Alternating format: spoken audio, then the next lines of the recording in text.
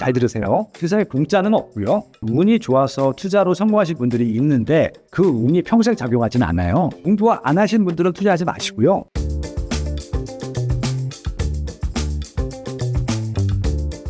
그럼 이제 본격적으로 부동산 이야기를 해보고 싶은데요. 대한민국 사람들은 어떤 이유에서 부동산에 지속적으로 관심을 가지고 부동산 소유를 하고자 하는 열망을 가지고 있을까요? 제가 외국에 살아보지 않았기 때문에 특히 미국 같은 선진국에서는 부동산에 대한 관심이 한국보다 높은지 낮은지는 제가 체감을 할 수는 없는데 부동산이라고 하는 분야가 자산으로서 가치 중에서도 좀 절대적인 신뢰를 갖고 있다고 생각을 합니다. 미국 같은 경우는 은퇴를 한다고 했을 때 연금을 꾸준히 내신 분들 같은 경우는 다른 고민하지 않고 은퇴 연금만 받아도 생활비가 돼요. 근데 한국은 연금 가지고 생활비가 일단 안 돼요. 그러다 보니까 뭔가 다른 신뢰할 수 있는 부분들이 있어야 되는데 한국이라고 하는 나라에서는요. 주식 채권을 투자해서는 돈을 번 개인들이 별로 없어요. 대부분 다 손해를 봅니다. 그 이유 중에 하나가 미국의 주식들은 1등 기업만 사더라도 손해를 안 보는데 한국이라고 하는 기업은 1등 기업을 사도 이익을 보지 않아요. 그러니까 예를 들어서 10년 전에 1등 했던 것들 삼성전자 빼고 탑 10 안에 들어가는 기업이 하나도 없어요. 다 바뀌었어요. 그러다 보니까 안정적으로 주식을 할 수 없는 분위기입니다. 그만큼 좀 외부 변수에 많이 시달리기 때문에 주식이나 금융권 상품으로서는 우리가 노후를 준비하기가 어려운 겁니다. 결국은 나중에 내가 늙어서 힘이 없고 소득이 끊겼을 때 나를 지켜줄 뭔가 경제적인 자산이 있어야 되는데 부동산밖에 없는 거예요. 근데 지금까지는 부동산은 한 번도 실망을 시킨 적이 없는 거예요. 그럴 수밖에 없었던 이유 중에 하나가 특히 아파트 같은 경우는 샀는데 빠졌던 경우는 단기적인 등락을 있을지 모르겠지만 10년 동안 갖고 있었는 아파트 중에서 빠진 아파트는 아마 하나도 없을걸요. 그런 겁니다. 절대적인 신뢰가 생긴 것이죠. 그러다 보니까 기본적으로 부동산에 대한 신뢰도가 본의 아니게 많이 쌓였다고 생각을 합니다. 근데 이제 아까 말씀드렸다시피 그거는 아파트 공급이 수요 대비 많이 적었을 때에는 그게 가능한 논리인데 많이 짓고 있고 인구도 옛날만큼 급격히 늘지도 않습니다. 그러다 보니까 분명히 벌어지는 이제 집들이 나오기 시작했던 것들이죠. 그래서 어저께도 발표된 대학교 연구 논문을 봤더니 2050년이 되니까 13% 정도가 집이 남는데요. 공시되는 거죠. 그러면은 이제 13%는 일단 2050년대까지는 버려야 되는 집이 되는 거예요. 네. 근데 안 되는 집들. 그래서 앞으로 한국은 좀 더 힘들 수도 있어요. 왜냐하면 외국 선진국처럼 주식으로도 돈 벌기가 불확실하고 채권으로도 불확실하고 부동산으로 벌기도 불확실하기 때문에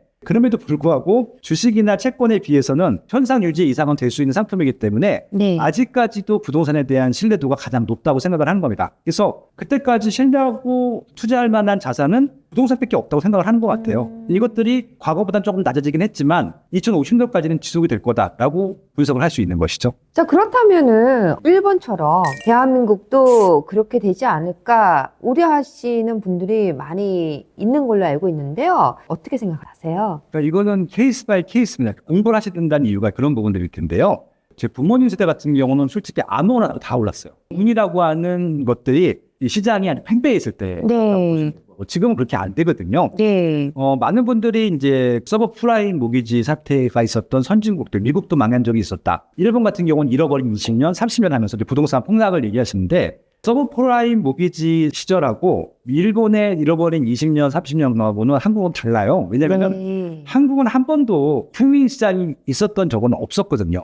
다행이라고 생각합니다. 왜냐하면 집을 그렇게 많이 공급을 할 수가 없었어요. 우리가 돈도 없었고. 왜냐하면 일본은 80년대 이미 뉴욕이라든지 하와이라든지 미국의 주요 부동산 비싼 것들을 3분의 1 이상을 사갈 정도로 돈이 많았었단 말이에요. 워낙 호경기였기 때문에. 왜 대외적으로도 많이 샀고요. 대내적으로도 돈이 막 넘치다 보니까 필요 이상으로 집을 집니다. 그러니까 일본 같은 경우는 130% 이상 줬거든요. 이미 1980년도, 90년대부터 30%가 남는 집이에요. 그러니까 직접 비교할 수 없죠. 그러니까 거기는 워낙 선진국 돈이 많았기 때문에 그렇게 했던 것들이고요. 뭐 2008년도 이후에 서브프라임도 마찬가지겠지만 개인이 막 세 채씩 사요. 심지어는 개 이름으로 강아지 이름으로 대출을 받아갖고 강아지 이름으로 집을 삽니다. 그게 가능했던 게 미국이거든요. 근데 한국은 한번 생각을 해보세요. 한 번이라도 집이 남아돈 적이 있었는지 한번 생각해 보시면 좋을 것 같고 한 번이라도 그렇게 개인이 여러 채를 사가지고 투자를 했던 경험이 있는지 한번 보세요. 그건 몇몇 투자자들만 가능했던 얘기고요. 일반인들은 집이 한 채 있는 게 소원인 집이 아직도 많습니다. 그리고 전체 인구 중에 40%는 집이 지금도 없고요. 그래서 아직까지는 다행히 한국이라는 나라는 우리가 원한 건 아니고 우리가 능력이 부족해서 집이 부족했었습니다. 근데 지금부터는 집이 좀 남아돌 수 있다라고 예측을 하시는 분들도 있잖아요. 근데 그것도 그때 가봐야 아는데 최근에 와서 또 공급이 축소된다는 뉴스들이 뭐 나오고 있거든요. 그래서 이거는 내일 우리가 알 수 없기 때문에 2050년도까지 예측을 할 필요는 없을 것 같고요. 지금 당장만 보시면 될 텐데 중요한 것은 당장 여러분들이 집이 두 채 있는지 한 채 있는지 집이 없는지 한번 따져보시기 바랍니다.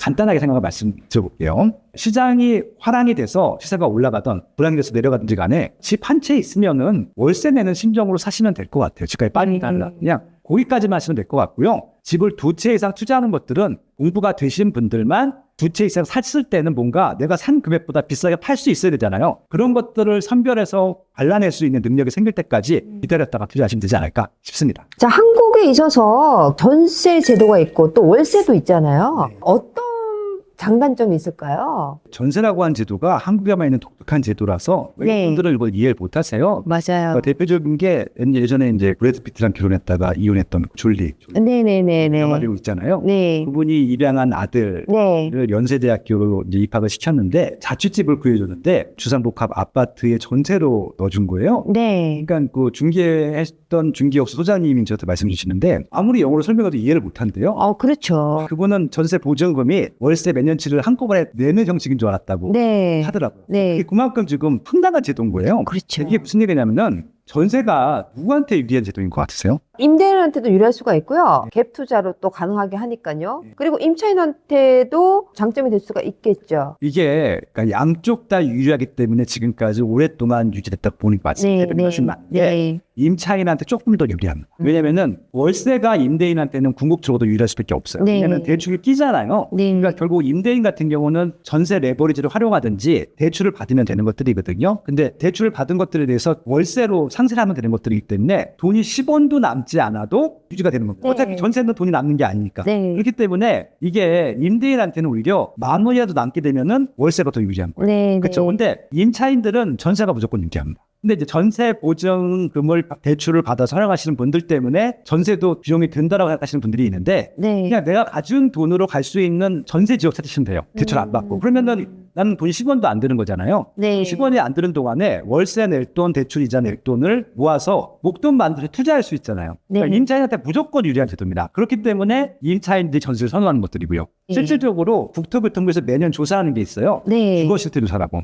임차인들한테 물어봅니다. 가장 희망한 정책이 뭐냐고. 첫 번째 정책은 내 집 마련 쉽게 해달라. 네. 둘째는 전세 좀 쉽게 해달라. 월세에 대한 얘기는 없어요.